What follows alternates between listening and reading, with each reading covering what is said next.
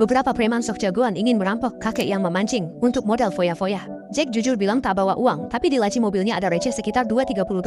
Setelah berkata demikian, dia pun mengeluarkan kunci mobilnya, berharap kejadian yang tidak menyenangkan ini segera berlalu. Preman itu merasa terhina, lalu mengacungkan anjing tua yang tergeletak di tanah. Kemudian dia juga mengejek, mengatakan, lain kali kalau keluar rumah sebaiknya bawa lebih banyak uang tunai. Mungkin bisa menghindari kejadian seperti ini. Lalu pergi begitu saja bersama beberapa temannya. Jack tak menyangka memancing membuat anjing setianya celaka. Ia menggendong anjingnya menuju rumah sakit. Namun di mobil, ia mendapati anjingnya sudah mati. Setibanya di rumah, Jack tak sempat makan dan langsung menguburnya di bawah pohon agar ia bisa beristirahat dengan tenang.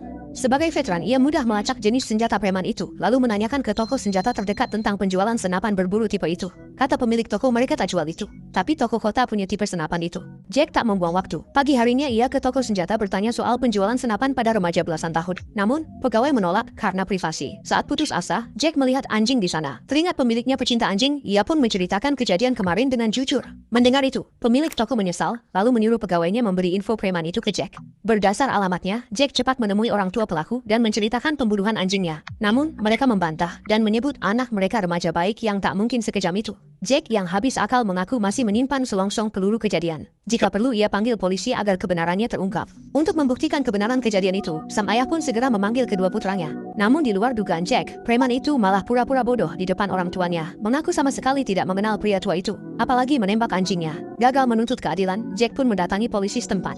Tapi setelah cek aturan, polisi bilang walau lawan salah, hukumannya cuma denda $100. Mendengarnya, Jack marah besar. Anjing itu kado mendiang istrinya. Ia minta polisi mengusutnya dan menghukum berat preman itu demi pelajaran.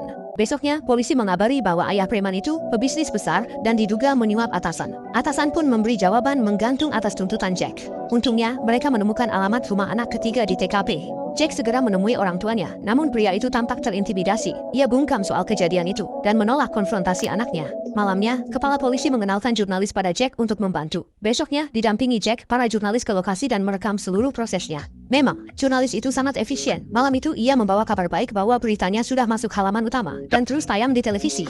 Tiba-tiba sebuah batu bata berpita kertas dilempar ke jendela. Beruntung Jack sempat menghindar sehingga ia tidak terluka. Jack membuka kertas bertuliskan, "Berhenti atau tanggung akibatnya." Besoknya, ia melapor ke polisi. Namun polisi bilang batu itu tak punya sidik jari, jadi tak bisa buktikan pelakunya. Demi keamanan, polisi bahkan menyarankan Jack berhenti saja. Tapi Jack tak mau dengar. Ia nekat cari keadilan, pakai caranya sendiri.